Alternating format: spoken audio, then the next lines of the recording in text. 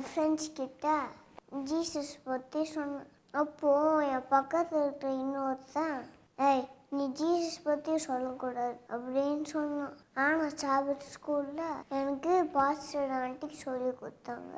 அவங்க ஃப்ரெண்ட்ஸ் எல்லார்கிட்டையும் நம்ம பயப்படாமல் ஜீசஸ் பற்றி சொல்லணும். ஸ்வீடன் அப்படின்னு இருக்கிற ஊரில் ஜேம்ஸ் அப்படின்னு ஒரு அங்கிள் இருந்தான். விக்டோரியா அப்படின்னு ஒரு ஆண்டி இருந்தாங்க. அவங்க 2 பேரும் ஜீசஸ் பற்றி எல்லார்கிட்டையும் சொன்னாங்க.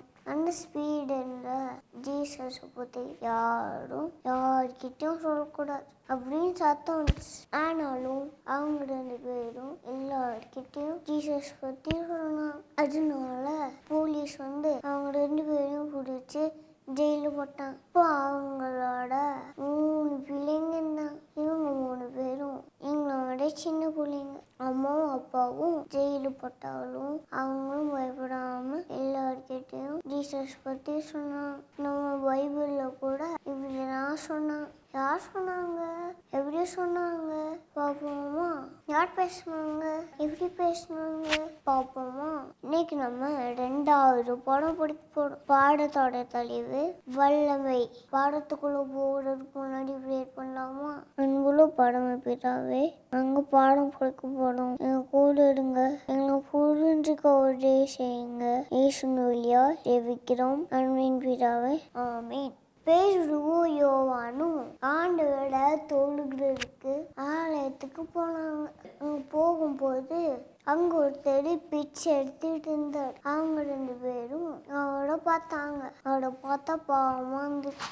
ஏன்னா அவரால் நடக்க முடியாது. ஒரு கால் 2ம் வேலை செய்யாமல் இருந்துச்சு. அந்த பிச்சைக்காரர் பேதுருவையும் யோவானையும் பார்த்து, ஐயா எனக்கு உதவி செய்யுங்களேன் அப்படின்னு கேட்டார். அப்போ பேதுரு, வெள்ளியும் பொண்ணும் என்கிட்ட இல்லை, என்கிட்ட இருக்கிறத உனக்கு தரட்டுமா அப்படின்னு சொல்லிட்டு இயேசுவோட நாமத்தில் நீ எந்திரிச்சு நடந்து போ அப்படின்னு சொன்னார். அவரும் அவரோட கையை பிடிச்சி அவரை தூக்கி விட்டார். உடனே என்னாச்சு? அங்க ஒரு அற்புதம் நடந்துச்சு. இந்த பிச்சைக்காரர் நடக்க முடியாம இருந்தார்ல, அவர் இப்போ உடனே குதிச்சு எந்திரிச்சு நின்னார். இந்த விஷயத்த அவரை சுத்தி இருந்த எல்லாரும் கவனமா பார்த்தாங்க. அந்த மனுஷன் இப்போ ஆண்டவரை துதிச்சு நன்றி சொல்லி பாட்டு பாடிட்டு போனாரு. இதை பார்த்த மக்கள் எல்லாம் வேகமாக அவர்கிட்ட ஓடி வந்தாங்க. இப்போ பேதுருவும் யோவானும் இது ஒரு நல்ல சான்ஸ், நம்ம இங்கே இருக்கிற எல்லாருக்கும் இயேசுவை பற்றி சொல்லிடுவோம் அப்படின்னு முடிவு பண்ணா. இன்னைக்கு நீங்கள் பார்த்தது எங்களோட சொந்த வல்லமை கிடையாது. இது இயேசு எங்களுக்கு கொடுத்தது.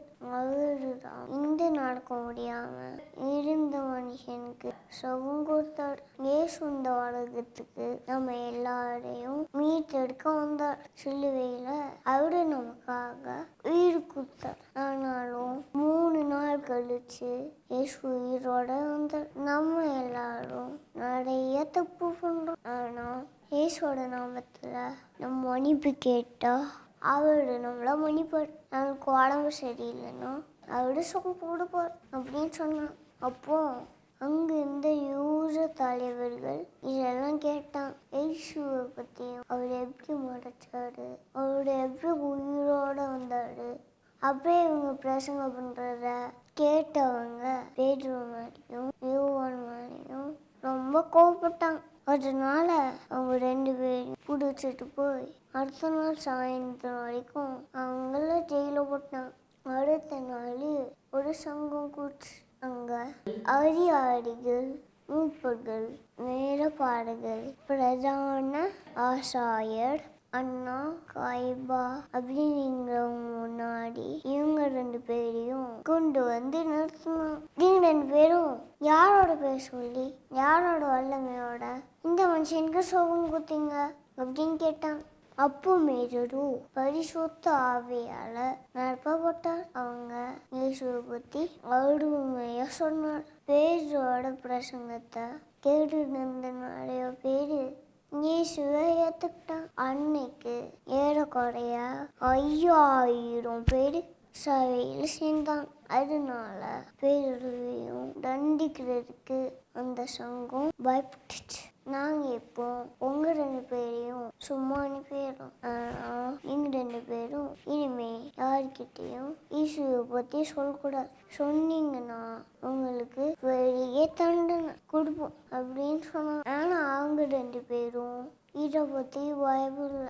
தைரியமா எல்லா இடமும் யாரெல்லாம் பார்த்தாங்களோ எல்லார்கிட்டையும் இயேசுவை பற்றி சொன்னாங்க. இன்னைக்கு நான் இந்த கதையை கேட்டதுக்கப்புறம் யாரை பார்த்தும் பயப்படக்கூடாது. தைரியமா இயேசுவை பற்றி எல்லார்கிட்டையும் சொல்லணும்னு முடிவு பண்ணிட்டேன். நீங்கள் சொல்லுவீங்களா? இன்னைக்கு என் கூட சேர்ந்து பாடம் படிச்சதுக்கு நன்றி. ஜெபம் செய்யலாமா? எங்கள் அன்புள்ள படகும் பிதாவே, இந்த பாடம் நான் படிக்க உதவி செஞ்சதுக்கு நன்றி. நீங்கள் நல்லபடியாக படித்ததை ஞாபகம் வைப்ப எங்களுக்கு உதவி செய்யுங்க. நாங்கள் யாருக்கும் பயப்படாமல் உங்களை பற்றி எல்லாருக்கும் சொல்ல உதவி செய்யுங்க. எங்கள் பாவத்தை கேட்குற எல்லாரையும் ஆசீர்வதிங்க. இயேசுவின் வழியாக ஜெயிக்கிறோம். அன்பின் பிதாவே, ஆமென்.